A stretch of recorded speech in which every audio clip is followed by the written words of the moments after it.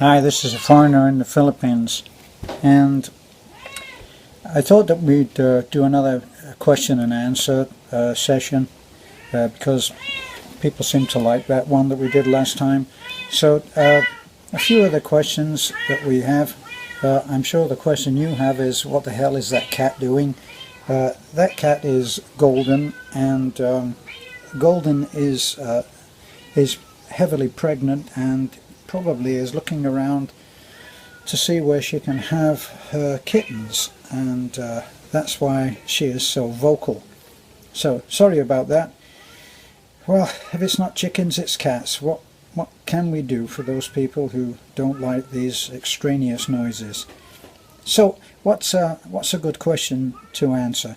Well, a lot of the questions are about Nisa, of course. So what's the main question? The main question is about her health. How are we going to get her to be healthy? Well, I guess the main thing is that she needs to eat. Now this has problems because she's Filipina, and we're sending food down there, fresh food, every other day, right? So she gets fresh meat every other day. And the problem with that is that because she's Filipina, she's probably not eating that food because she has two brothers there, right?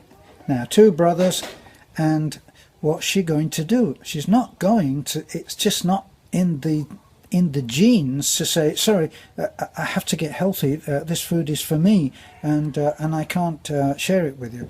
That's not going to happen, right? So we're trying to work through this, and of course she won't admit it. She's not going to say, well, I just can't say no to my brothers. So it's a difficulty, and we're trying to handle it. Now, what's one of the other questions? The other questions were, why is it that suddenly she was married and she has a child, and now there's a mother-in-law on the scene? Look, it's really not that difficult to understand. We're talking about 2010. Right? We're talking about a long time ago. If you think about this, in America, an average marriage might only last 3 or 4 years. So, and not to mention any serious relationship, 2 or 3, 4 years can be the max. Yes, cat. Anyway, so what happened was that back then she had a relationship. I don't think that she married, but she had a relationship and she had a child. Now, 2010 is when the illness was worsened. It just went into overdrive when she had a fall. Now, the fall didn't start it. It was already there. Now, I'm making assumptions here, and I'm saying that probably what happened was that it was deemed that she would be unable to take care of the child, and so the father took it, which was a great thing.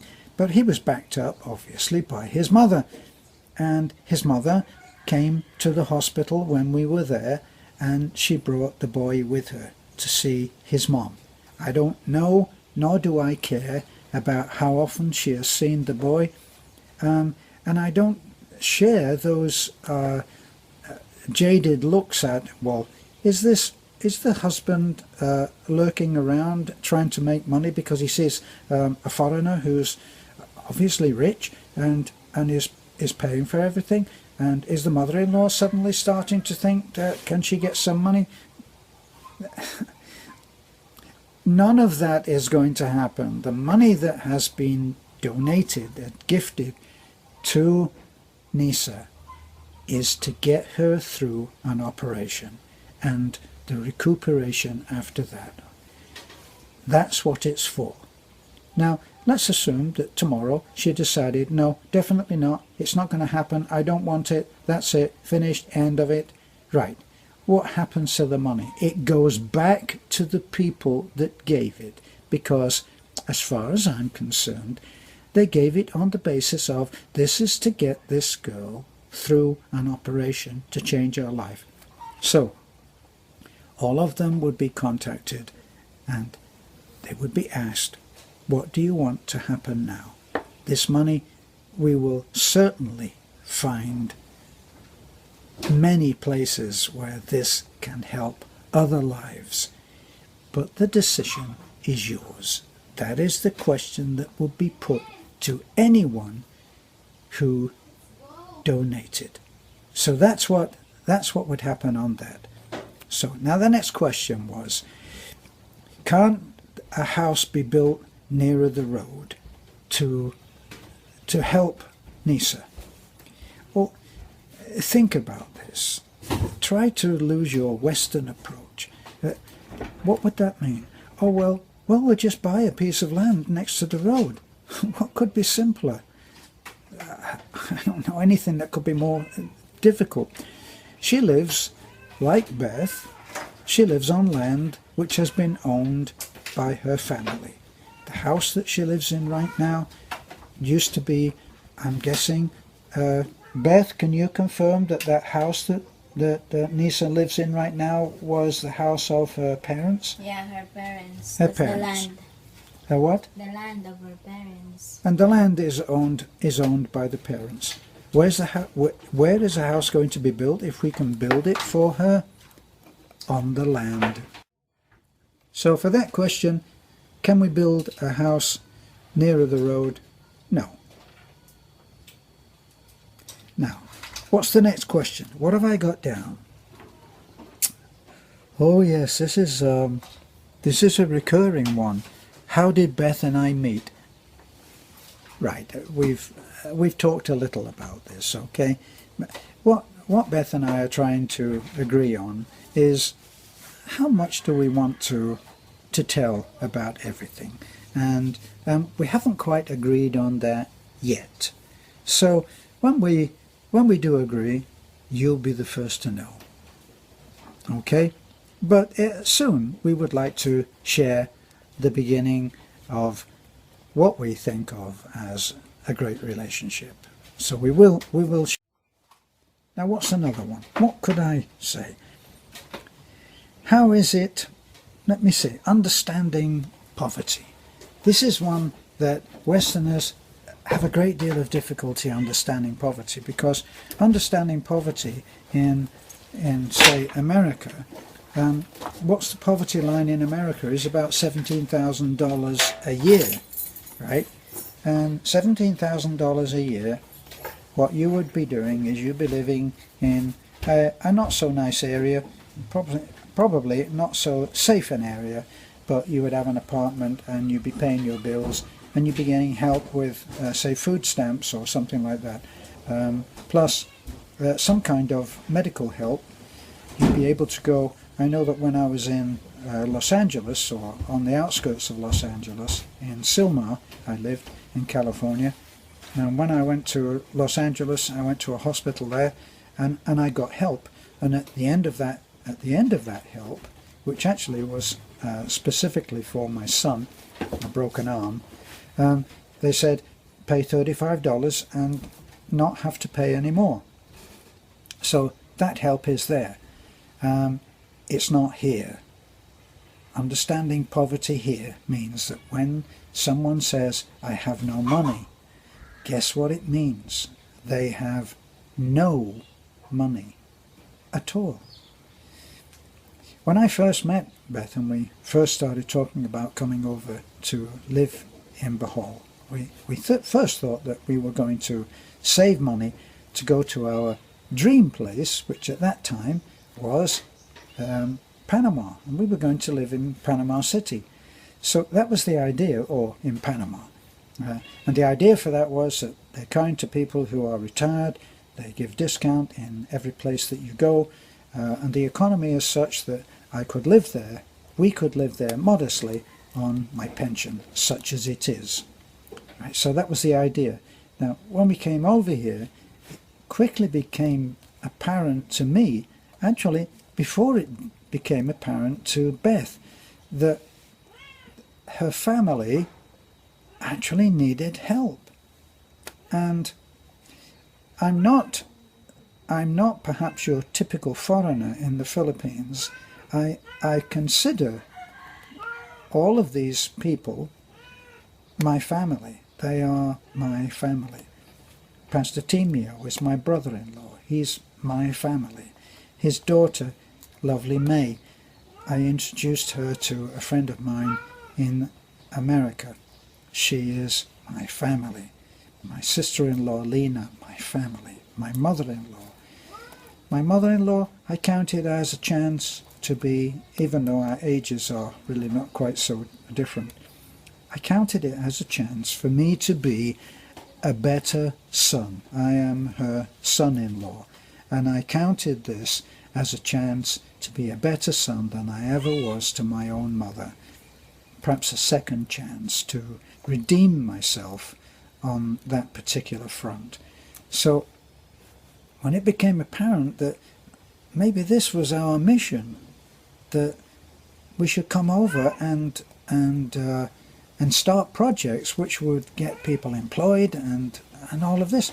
Well, actually that's what we did.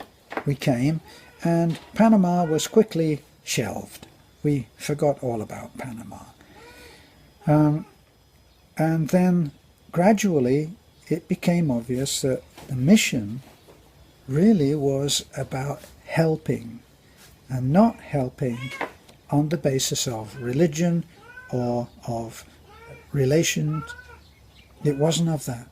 Not family, not religion, not beliefs, none of that. It was about helping in need, and that's what we did. So as far as anybody understanding what poverty really means, till you've been here and seen how people live, believe me, if you're from the West, you have no idea of the idea of poverty. You just don't know. I used to have some wealthy friends in America, in Florida. I had some wealthy friends, and I was out at one point with a wealthy friend, and he was bemoaning the fact that he had a pension that was coming to him that he really didn't need. You know, he's saying, I don't know, I don't need this pension, you know. It was right on the tip of my tongue saying, excuse me, tap him on the shoulder. I know someone that could use that pension, but of course I didn't. And my name was never revealed. Right, so understanding poverty is something that you really have to be here to see it. You have to see, do you know that expression, dirt poor, when someone is dirt poor? Do you know what that means? It means that their home is so painfully modest that the floor is dirt. That's dirt poor. And I know lots of people who are dirt poor. We help those people, and they are in part, they're living in what I call a one-egg economy. So that's another question. What is a one-egg economy? One-egg economy is where you can go down to the local sari store and you can buy one of almost anything. That includes eggs. Now, if you're in America, if you're in almost any part of the Western world, you're probably used to what I think of as the Costco economy. That's where you pay a membership fee and you go and you become a member of a bulk buying company. Now in America that was Costco. And you go there, and if you buy eggs, you buy them in dozens. I mean dozens on dozens. So buying 18 eggs, say, is not unusual at all, and that's probably what most people would do. When they buy toothpaste, do they buy one? No, no, there's no such thing as buying one. You buy a month. You might, and if you think that you need to buy one a week, then you buy four plus one in case you run out. And then there are people who buy so many things in case there's an earthquake, in case there's any kind of catastrophe. They have whole larders that are full of food. Now, the average Filipino that we know would actually, they'd drop their jaw at the idea that you would have a ton of food. What will you do with all of that food? You know, well, it's for a few months' time we might run out of food. A few months' time, they would have difficulty getting over this concept of you could be buying food now that you don't expect to eat for 3 or 4 months. It would be beyond them. So you go and you buy, if you want, you buy 1 or 2 or 3 eggs, hence one egg economy. And you go down. Some people only buy for the next meal. Do they have any food in for tomorrow? No. No food in for tomorrow. Now, this impacts, say, one of our other questions about, say, Nisa. How would this impact her, this one egg economy? Well, it would impact her quite markedly, because if we send down 3 or 4 days of food, now in with the programming that every Filipino would have, if her mother came, her mother has another life with another gentleman, and she has started another life over there, and she comes and she visits her daughter, but her daughter is in her mid-20s, and she's living with her brother, who is also in his early or mid-20s, and the younger brother, and so they are their own little family. Right? She's not supported by her husband, by the way. So they would in fact come and look, and if they saw that there was enough food there for a week, good God, you've got so much food. I should take some of this and just help you out, shouldn't I? And what would happen is there would be a share out. There'd be a share out of the food. And our generosity in giving, say, a week's supply of any one would be gone. Because if there were 2 loaves of bread, one of them would be given to the mother. And it is more on the idea of Christian approach, of sharing what you have. And it's a known fact that if you go to someone who is very rich for help, he will or she will give you what they can afford. If you go to someone who is poor, who has nothing, usually they will give you of what they have. So if they have 2 of anything, they'll give you 1. Is this true? This is what I found. I found in my early time, in my previous visits many years ago to the Philippines, I was completely unaware of this because I had my Western approach. And when I visited these very poor houses, I would see that they were very poor, but they would always manage to give me a Coca-Cola.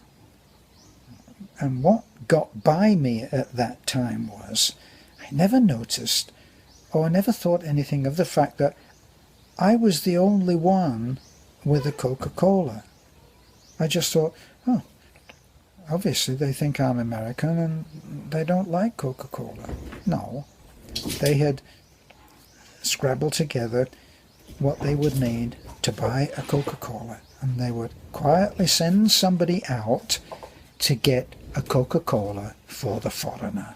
And the foreigner would sit there and he would not think anything of it according to his culture and his concept of what an economy is.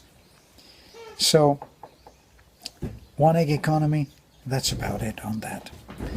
So now I have my wife, who is here and trying not to be seen, and she's sitting there because we have to go to see Michael. And Michael is apparently being held prisoner at the hospital because in the Philippines, at the end of your stay in a hospital, no matter how short, you go to the cashier. Isn't this right, my dear? Yeah. You go to the cashier and you stand there until you pay the bill. And I'm guessing that if you don't pay the bill, then they put you in a room somewhere until you've managed to send to somebody outside, can you come and you rescue me? It's like being in prison and paying bail. So we're now being waited on at the hospital, and we're going to go down and pay the bill for Michael and hopefully get him the medication. Oh, and that is something that I should mention, is that some people have been sending in links where we can get free medication, and this will apply to Nisa and it will apply to Michael as well. So we're going to get together with those people who can help and start networking and maybe being able to help in a much more efficient way. So that's all from me. As you've already seen Beth here, I'm going to point the camera at her and she can say I have goodbye. a sore throat. Yeah, so please like, comment, and subscribe on our YouTube channel, and Happy New Year. God bless. Bye-bye. And she says, you can't show me, I have a sore throat. Yeah.